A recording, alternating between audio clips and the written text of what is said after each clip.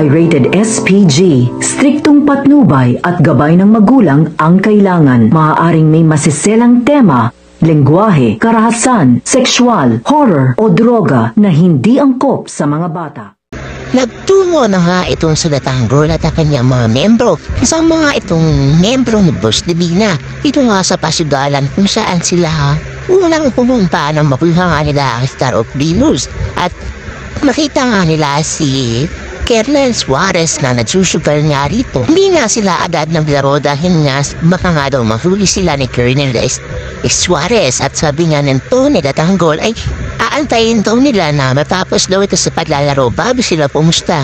At nung makaalis na itong si Kernel Suarez ay agad naman sila kumupo sa pinapwestuhan nito at nilabas ang Star of Venus upang itaya. At agad namang nilaki ang mapa ng mga may-ari nito dahil nga alam nilang malaki ang halaga ng ginto ito.